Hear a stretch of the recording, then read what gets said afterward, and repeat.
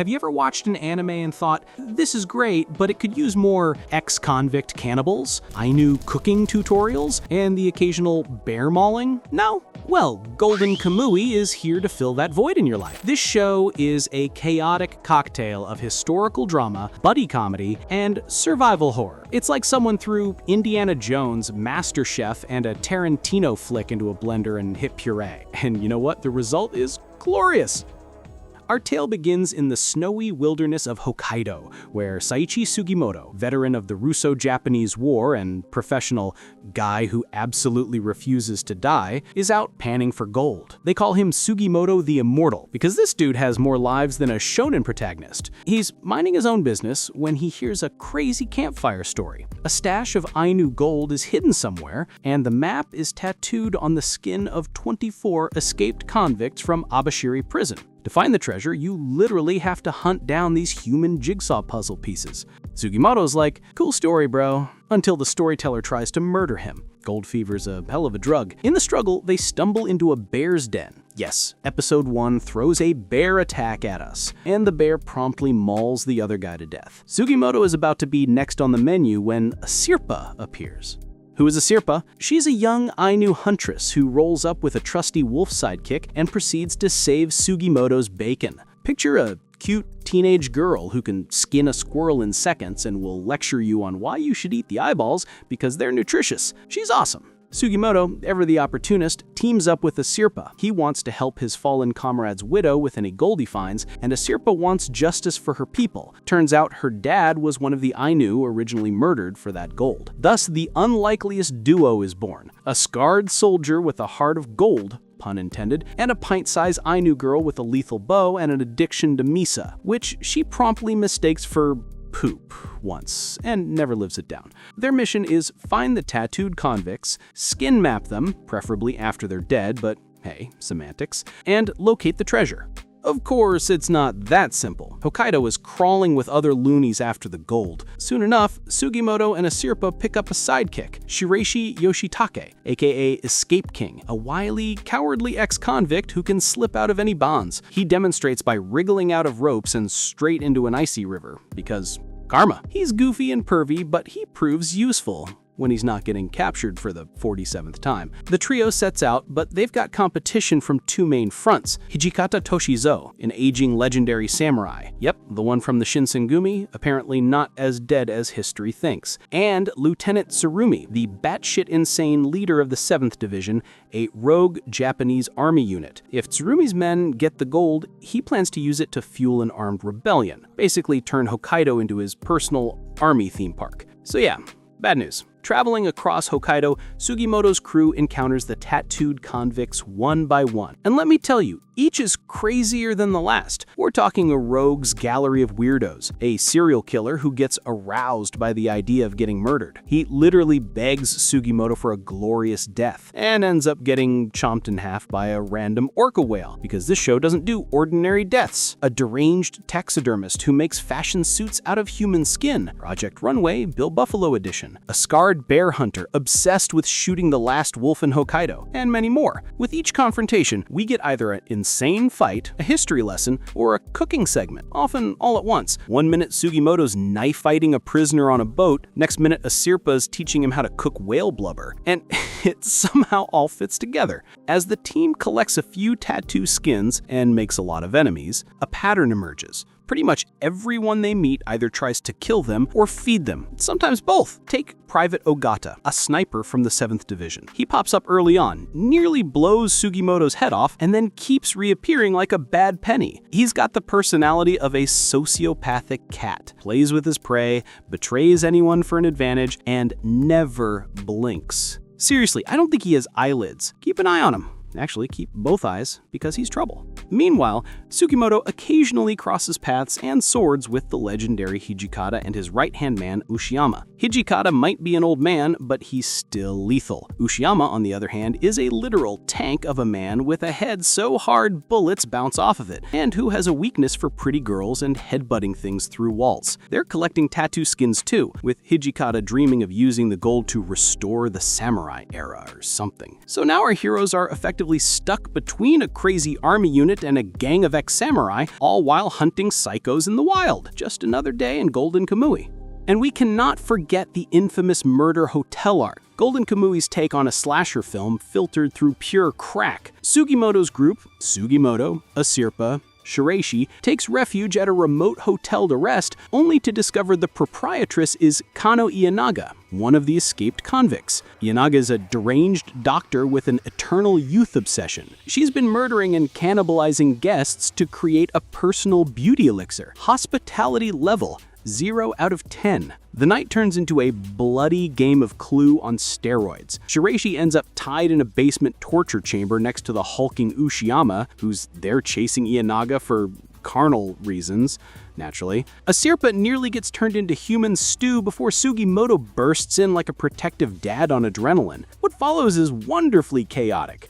Gunshots, fistfights, a random explosion that brings the whole hotel down. By dawn, the hiding out is rubble, our heroes narrowly escape, and poor Asirpa is left with yet another addition to her mental list of most what is going on things I've seen. The tone here swings from horror to gut-busting comedy, epitomized by Shiraishi running around pants down trying to avoid Ushiyama's wrath. It shouldn't work, but it so does. Somehow. Through sheer grit and a lot of luck, Sugimoto and Asirpa survived each insane encounter. They escaped a torturous interrogation by faking Sugimoto's death with someone else's intestines, a trick both disgusting and effective. Immortal Sugimoto don't play. They adopt a cute Ainu kid named Chikapasi, who tags along, because clearly this journey needed a grade schooler. They even befriend one of their would-be enemies, a 7th Division soldier named Tanigaki, who starts off trying to kill them, but switches sides after Asirpa saves his life and feeds him delicious deer stew. Between gourmet moments, the plot thickens. We learn a huge twist. The gold was originally stolen from the Ainu by a man known as Nopparabo, who's imprisoned in Abashiri. And guess what? Nopparabo is Asirpa's dad. Asirpa had thought her dad was dead, but nope. He's alive, faceless, burned off, and possibly the only person who knows where the gold is. Suddenly, the stakes get personal and emotional. Season 1 ends with our heroes, joined by Kidranke, a sly ex-revolutionary who knew Asirpa's dad, setting off towards Abashiri for answers.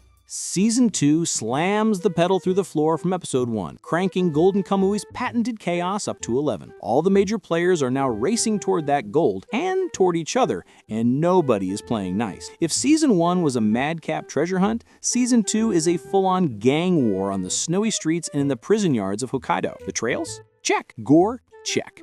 A taxidermist making human skin costumes? Oh buddy, check. Welcome to Season 2. It gets weird. First, let's talk about Yasaku Edogai, the taxidermist to end all taxidermists. Tsurumi seeks him out with a special mission: create fake tattooed skins to sow confusion among the gold hunters. Edogai is, how to put this, absolutely out of his mind and fabulous. Think Buffalo Bill from Silence of the Lambs, but cranked up to anime and with a flamboyant streak. His house is literally full of fashionable clothes stitched from human pelts, a nightmare couture line. Tsurumi, being the manipulative charmer he is, essentially seduces Edogai's ego. Wow, such craftsmanship. These human skin winter collections are exquisite. Now be a dear and make me 24 more. Flattered and flush, Edogai agrees, gleefully producing counterfeit skins. It's morbid, it's grotesque, and it's strangely funny watching Tsurumi geek out over Edogai's Ed Gein cosplay hobby. The existence of the fakes means every side quest for skins might be a wild goose chase, a delicious plot twist courtesy of our favorite forehead-challenged puppet master,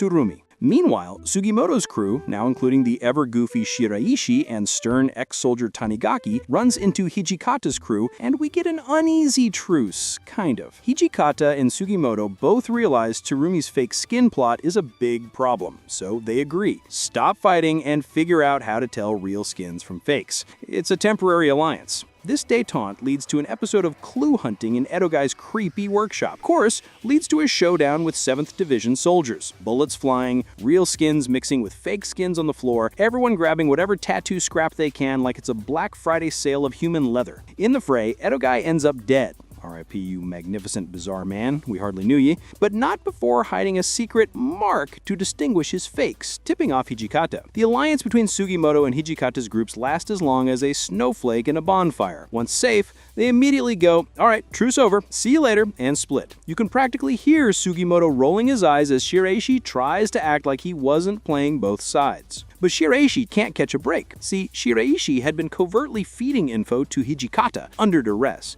and he's racked with guilt and fear that Sugimoto will find out and murder him. In a panic, Shiraishi flees the group, immediately running into the 7th Division, who are like, thanks for delivering yourself to us, dumbass. They haul him to their base in Asikawa, which kicks off Rescue Mission Shiraishi. Hijikata and Sugimoto both independently plan to bust Shiraishi out, because darn it, the idiot grows on you. This leads to an elaborate con game, which Tsurumi, who sniffs out the ruse at the last second because of course he does, still our heroes snag Shiraishi and hightail it out by the skin of their teeth, leaving Tsurumi fuming and down a few soldiers. Shiraishi, grateful and sobbing, vows never to betray Sugimoto again, which, knowing Shiraishi, means he'll probably screw up somehow by next season. But hey, it's the thought that counts. All of this, however, is merely the appetizer. The main course of Season 2 is the Battle of Abishiri Prison, an epic multi-episode climax that is basically Golden Kamui's version of a blockbuster finale. Everyone converges at Abishiri with conflicting goals, and it is glorious. Carnage. Hijikata wants to break out prisoners, especially one particular inmate who might know where the gold is. Sugimoto wants to get Asirpa inside to meet Nopperabo and learn the truth. Kiroranke has his own shady reasons to see Nopperabo. And Tsurumi? Tsurumi just wants to storm the prison, kill Nopperabo, steal all the intel, and laugh maniacally while doing it. Nobody is on the same page, except we the audience who are like, yes, give us the madness. The result is absolute battle-am. Bullets flying, prisoners rioting, warships blasting the prison walls. Fun fact, one of Tsurumi's soldiers shows up to this fight with a prosthetic leg that's literally a shotgun, courtesy Otsurumi's twisted idea of a field upgrade. That's the level of insanity we're dealing with. In the middle of the chaos, Sugimoto finally reaches Wilk, that's Dad's real name, and Asirpa gets a tearful reunion through the cell bars. Wilk, with his dying breath, confirms he hid the gold not for greed but to help the Ainu. He wanted Asirpa to use it to secure her people's future. Aww, noble motive. He's just about to reveal the secret key to decoding those tattoos, and BAM! What? A gunshot from our sociopathic cat Ogata silences him forever? Ogata literally snipes Asirpa's dad through Sugimoto's eye. Yes, 2 birds, 1 bullet, Wilk is dead, and Sugimoto gets his skull ventilated too. It's a savage betrayal from within the ranks, and it takes out our hero and the answer to the gold in one fell swoop. Asirpa watches Sugimoto crumple to the ground and thinks he's dead. Our immortal Sugimoto finally met a wound he couldn't just walk off, or so it seems. Ogata, that backstabbing snake, coldly tells Asirpa that Sugimoto's gone and yanks her away with Kiroranke. They whisk a devastated Asirpa and Larth to safety. Their plan now is to use her, apparently has the key to the code, without Sugimoto in the way. Back inside the burning prison, Hijikata achieves one objective. He frees Incarmont, that's Asirpa's sly Ainu fortune teller friend, and a few other allies, but at heavy cost. The 7th Division loses a ton of men, but scores a partial victory grabbing some skins and eliminating Wilk. Amid the flaming wreckage, Nikaido, remember the twin, the one with one less twin now,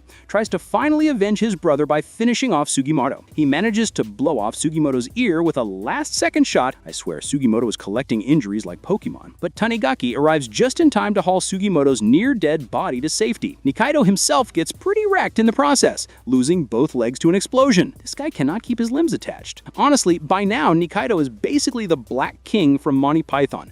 "'Tis but a scratch!" as he loses limb after limb, swearing vengeance with whatever he's got left. Tsutomi retreats with what's left of his forces, wearing a satisfied grin despite not getting a Asirpa.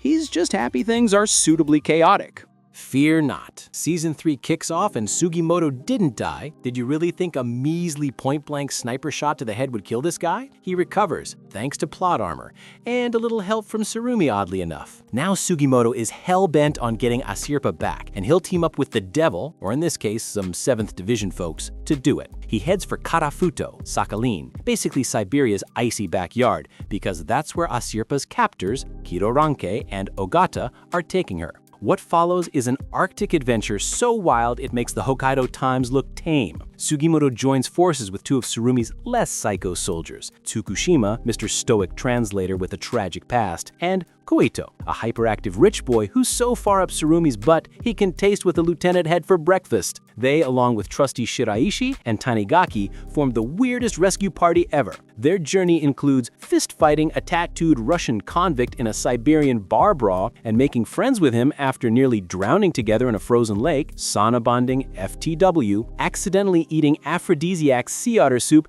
and all getting so hilariously horny that they end up in a giggling naked cuddle pile. I swear, I am not making this up. This actually happens, and it's one of the funniest scenes in anime history. And even joining a traveling circus to spread the word that Sugimoto the Immortal is alive? 'Cause why not? Meanwhile, Asirpa's side of the story ain't exactly calm either. Kiroranke, her dad's old friend now semi-antagonist, drags her further into the Russian Far East, intent on awakening her inherited knowledge of the tattoo code. They meet Sofia, a towering Russian revolutionary who was besties with Asirpa's dad back in the day. Kiroranke stages a prison break to free Sofia, complete with homemade bombs and a random hungry Siberian tiger loose in the prison because of course a tiger shows up. This is Golden Kamui. Asirpa's like, I just wanted to pet some Hokkaido deer. What am I doing in a Russian jailbreak with a tiger? But credit to her, she toughs it out. All these threads collide on the frigid ice floes between Karafuto and Hokkaido. Sugimoto and Asirpa finally reunite in an emotional tear-jerker moment. I'm not crying, you're crying. But not before a ton of things go down. Asirpa trends one last time to manipulate Asirpa into being his pawn,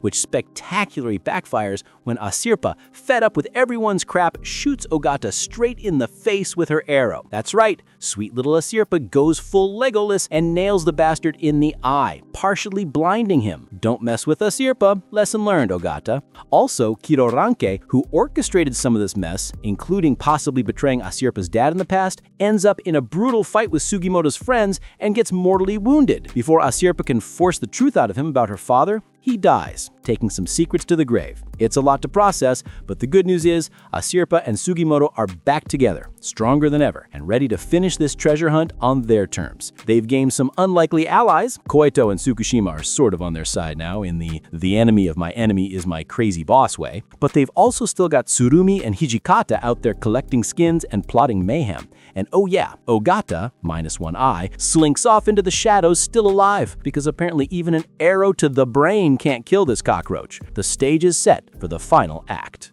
Season 4 brings everyone back to Hokkaido for the endgame and naturally starts with a bang. Asirpa and Sugimoto barely step off the boat from Russia when bang, that Russian sniper from earlier, the one Ogata dueled and thought he killed, tries to assassinate them in revenge. Sugimoto's like, not today, and takes him out in a blink. Welcome home, now duck for cover. Nothing is ever peaceful in this series. The biggest immediate threat though is Lieutenant Tsurumi, who is done playing around. He sails a freaking warship to intercept Asirpa's group, determined to either win her over or capture her. What does Asirpa do when Tsurumi corners them out of port and offers a fake polite hand of, come with me, I'll protect you, sure Jan? She basically says, screw you in the most extra way ever by firing an arrow volley into the sky, causing mass panic, then using the chaos to grab Sugimoto and escape. Cue a heart-pounding chase through town. Sugimoto goes full John Wick, shielding Asirpa while slicing through soldiers. They dive onto a departing ferry, wounded but alive, and think they've gotten away until Tsurumi's destroyer comes chugging after them because the man just does not quit. Do our heroes panic?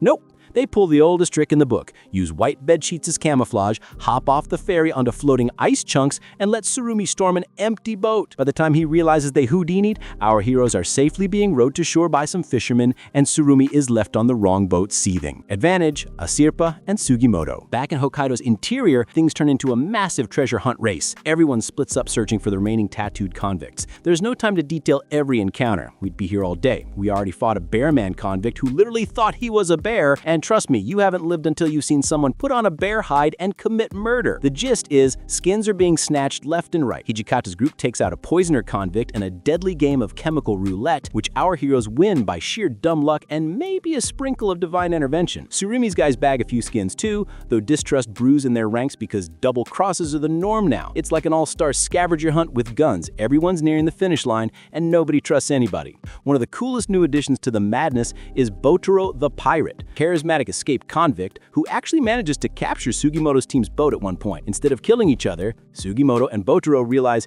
hey, maybe not fight to the death and instead cooperate. After an initial fistfight, to establish dominance of course, they form an uneasy alliance. Yes, a one-eyed pirate is now part of Team Let's Outrun Tsurumi, because clearly what we needed was one more eccentric in this circus. While the tattoo skin hunt rages, another mystery unfolds. Someone is committing Jack the Ripper-style murders of prostitutes in Sapporo. Tsurumi and Hijikata independently conclude it's another escaped convict. So now all parties are converging on Sapporo. Sugimoto's group with Asirta, Shiraishi, the pirate, and so on, Hijikata's group, and Tsurumi's 7th, all headed for the big city to find this killer and, naturally, any skins he might possess. It's the prelude to one last showdown. Amid all this chaos, Golden Kamuy still finds time for character moments. Asirpa, after seeing an old film of her father and mother together, a genuinely touching scene that quickly turned tragic when the film reel lit on fire, thanks for the metaphor, universe, starts to worry about the future. Once the gold is found, will Sugimoto have any reason to stay with her? It's a rare moment of vulnerability for our usually spunky Ainu girl. Sugimoto, being the lovable dummy he is, basically ruffles her hair and grunts that he's sticking to her like glue. Gold or no gold, their bond has become the true treasure of this series. You feel it in every interaction. He's not just protecting her because of a promise anymore. It's because she's family. By the end of Season 4, Asirpa makes a breakthrough on deciphering the code. Using a hint from a gold coin etched with Ainu patterns, she realizes the key lies in her people's language, possibly in the secret Ainu name her father gave her. The light bulb goes off. Her father never wanted to hoard gold. He wanted to give it back to the Ainu, and he trusted her to figure it out. Asirpa's resolve hardens like never before. Our girl is ready to claim that gold and her destiny. Sugimoto sees that fire in her eyes, and we all know it's endgame time. So here we are, 4 seasons deep in this glorious insanity. We've gone from Hokkaido to Siberia and back. We've survived bear attacks, sniper ambushes, mutinous soldiers, psychotic convicts, man-eating tigers, and soup-induced orgies. We've laughed at fart jokes and foodgasms and gasped at betrayals and ultra-violence. One moment you're cackling because Shiraishi got his junk frozen to a chunk of ice, don't ask. The next, you're on the edge of your seat because Sugimoto's taking a bayonet to the gut to protect Asirpa. The tonal whiplash shouldn't work, but it absolutely does. That's the magic of Golden Kamuy. It's a delicious stew where every ingredient, no matter how seemingly discordant, comedy, gore, history, bromance, you name it, blends into a one-of-a-kind flavor. So strap in, because when Golden Kamuy returns, it's going to be an all-out frenzy of gunfire, swordplay, clever Ainu-coded puzzles, and probably at least one more scene of Shiraishi losing his pants. Will Asirpa crack the code and claim the gold for her people? Will Tsurumi finally literally lose his mind and the rest of his forehead? Will Sugimoto achieve his goal of providing for his friend's widow and then live to enjoy a peaceful bowl of miso soup with Asirpa? And will someone please give poor Shiraishi a pair of underwear that won't get stolen or lost? Whatever happens, one thing is for sure. We'll be glued to our seats, simultaneously laughing, gagging, and cheering. Golden Kamuy isn't just an anime. It's an experience that leaves you thinking, did that just happen? And can I have more, please? We came for the treasure hunt, but we stayed for the crazy uncles in bear suits, the sweet Ainu lessons about making salmon skin boots, and the chaotic found family that formed along the way. If you liked this video, please give it a like and subscribe to the channel for more content. Thanks.